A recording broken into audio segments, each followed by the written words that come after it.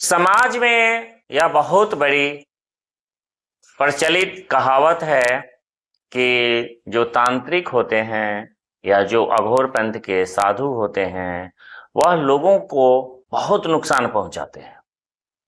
वह लोग उनसे डरते भी हैं।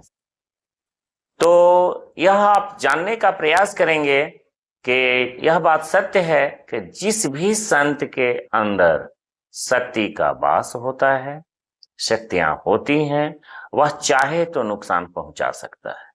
लेकिन कभी भी एक सच्चा गुरु भक्त, एक सच्चा ईश्वर का उपासक, जिसके अंदर ईश्वर ने शक्ति समाहित की है, जिसको गुरु का आशीर्वाद है, जिसको अपने इष्ट का आशीर्वाद है, वह कभी भी किसी भी परिस्थिति में वह दूसरों को नुकसान नहीं पहुंचाएगा।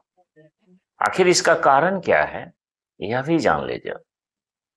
वह स्वयं टूट जाएगा, स्वयं झुक जाएगा, अपना हानि कर लेगा, लेकिन आपको नुकसान नहीं पहुंचाएगा। इसका कारण है कि गुरु ने, ईश्वर ने, उसके इष्ट ने जो भी उसको शक्ति प्रदान की है, उसका नाश होना शुरू हो जाएगा, वह पतन होना शुरू हो जाएगा। और उसका पतन कैसे होगा? तो धार्मिक रूप से पहले पतन होगा, फिर मानसिक रूप से पतन होगा, फिर आध्यात्मिक रूप से पतन होगा, उसके बाद आर्थिक रूप से पतन होगा, फिर सामाजिक रूप से पतित होता चला जाएगा।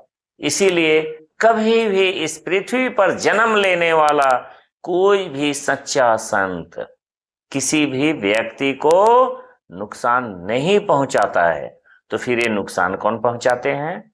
तो यह समाज में आपने सुना होगा, जिनको ज्ञान की कमी होती है वह अपने ज्ञान का प्रयोग करते हैं। जैसे कहा जाता है, अधजल गगरी छलकत जाए, और वह किसी को कुछ बोल देते हैं, किसी को नुकसान पहुंचा देते हैं। इसलिए कभी भी किसी संत से, किसी अघोर पंथ के साधु से, किसी तांत्रिक से डरे नहीं।